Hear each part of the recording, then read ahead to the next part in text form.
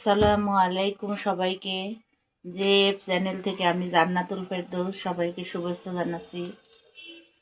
আজকে আমি রান্না করব শিং মাছ। তো বন্ধুরা, শিং মাছ রান্না করার জন্য প্রথমে আমি চুলাতে কড়াই বসিয়ে দিলাম। এখন আমি দিয়ে দেব পরিমাণ মতো তেল।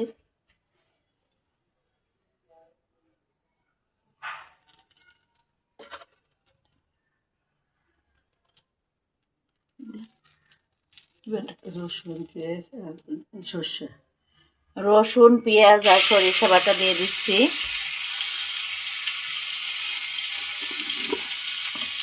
দিয়ে দেব মরিচের গুঁড়ো, দিয়ে দেব হলুদের গুঁড়ো,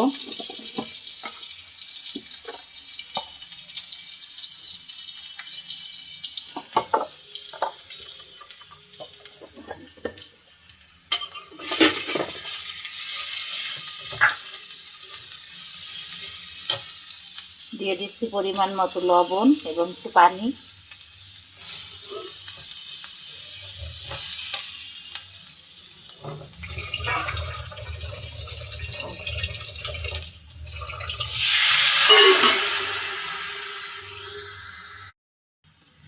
মশলাটা কষানোর পরে এবার আমি দিয়ে দেব কয়েকটা তেজপাতা।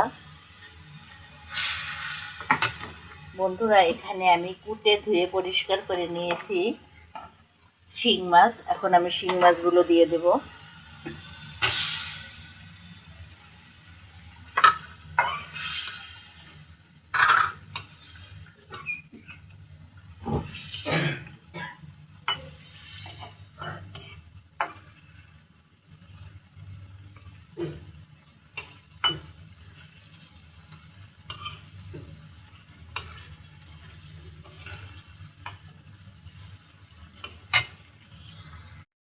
বন্ধুরা দেখুন, আমার মশলা দিয়ে আমি শিং মাছটাকে সুন্দর করে কষিয়ে নিয়েছি।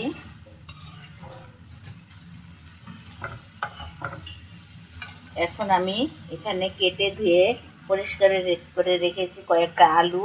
এবার আমি দিয়ে দেব আলুগুলো। আলু দিয়ে আমি শিং মাছের ঝোল রান্না করব। এবার আমি আলু দিয়ে শিং মাছটাকে আবার কষিয়ে নিচ্ছি।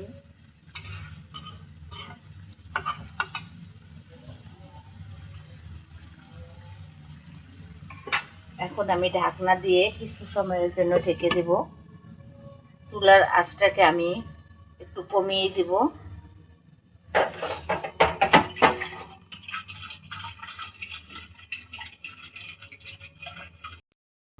বন্ধুরা, এখন দেখছি আমার তরকারির কি অবস্থা।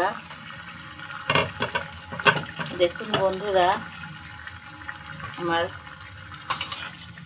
তরকারিটা আমি এখন বলক এসে গেছে। আমি একটু নেড়ে দিলাম।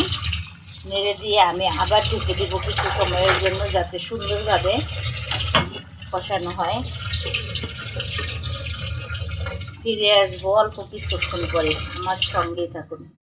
বন্ধুরা, এবার দেখবো আমার তরকারির কি অবস্থা। এখন আমি দিয়ে দেব ধনিয়ার গুঁড়ো,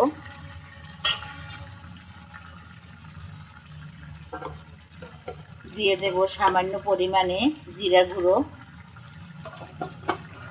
ধনিয়া এবং জিরার গুঁড়োটা দিয়ে আমি তরকারিটাকে আরেকটু নেড়ে দিচ্ছি।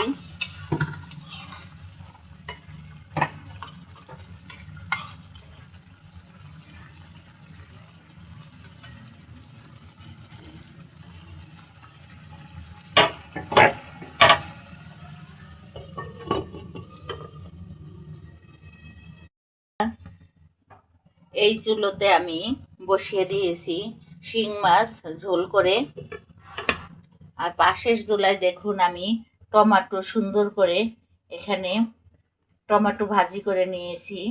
এই জন্য আমি শিং মাছে আজকে টমেটো দিব না, যেহেতু আমি এখানে আলাদা করে টমেটো সুন্দর করে এখানে আমি রান্না করে নিয়েছি।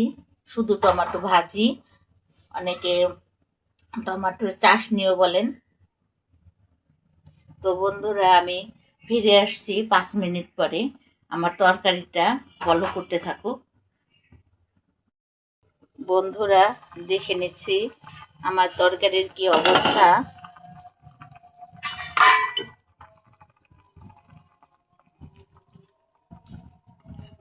আমি এখন দেখব আমার আলুটা সেদ্ধ হয়ে গেছে কিনা। আর একটু শক্ত আছে, আর একটু পরে আমি নামিয়ে ফেলবো। তো আবারও ঢেকে দিচ্ছি।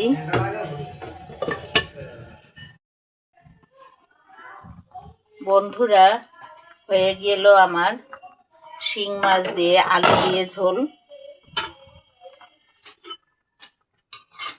আলু সুন্দরভাবে সেদ্ধ হয়ে গিয়েছে।